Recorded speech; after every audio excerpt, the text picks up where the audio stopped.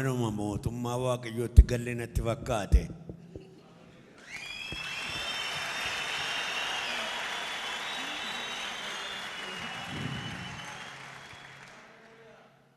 Ijoolleen Waaqayyoo hojii Waaqayyoo hojjetu.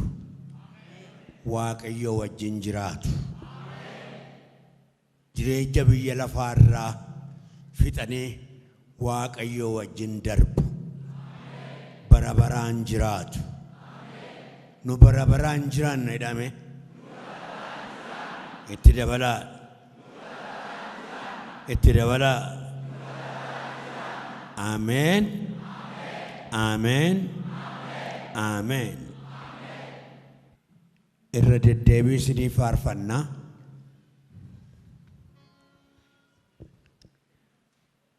Warqee koo meetii koo Yesus qabeenya koo gaddisaa boqonnaa siif ulfinni koo seenaa koo jijjiirtee waan maraa naa gootee hidhaan irraa hiittee na burraasiftee akka jabbii kuuftee na burraasiftee akka jabbii kuuftee warqee koo meetii koo Yesus qabeenya koo gaddisaa boqonnaa siif ulfinni koo seenaa koo jijjiirtee waan maraa naa gootee hidhaan irraa hiittee na burraasiftee akka jabbii kuuftee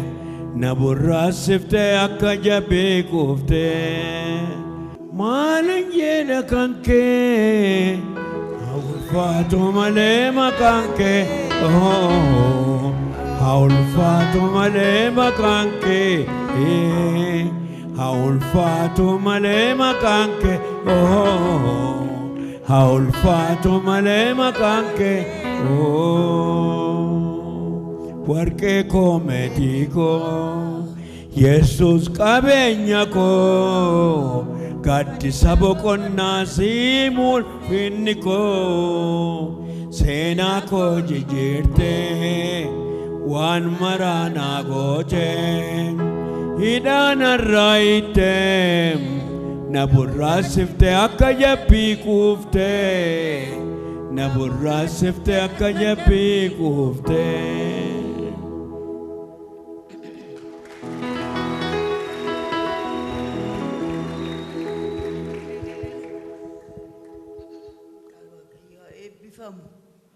Galanni Waaqayyoof haa ta'u. Maqaan Waaqayyoo bara baraan haa eebbifamu. Maaloo daraame si'a tokko cibcabaa fi ililleedhaani.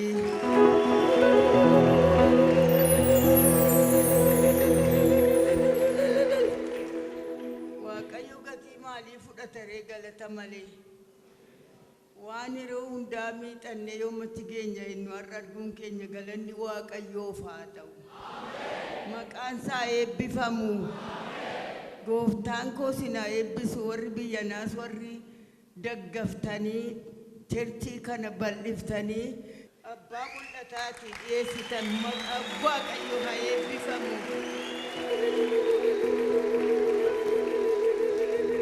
Isan dubbadhu caalaa garaan koo baay'ee sin eebbise fira koo. Maqaa sin hojjettaniif maqaa sin kana hundumaa kana beekumsa keessaniinis horii keessaniinis miidhagsitanii bal'iftanii kunoo akka itti bareeddaniif nu dhumne sin ijjin bareenne ulfinni Waaqayyoof haa ta'u.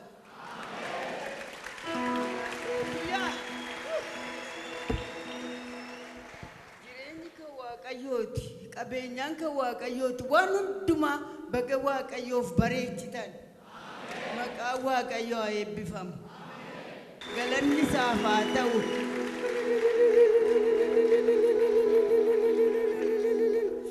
Fayyaa nagaadhaan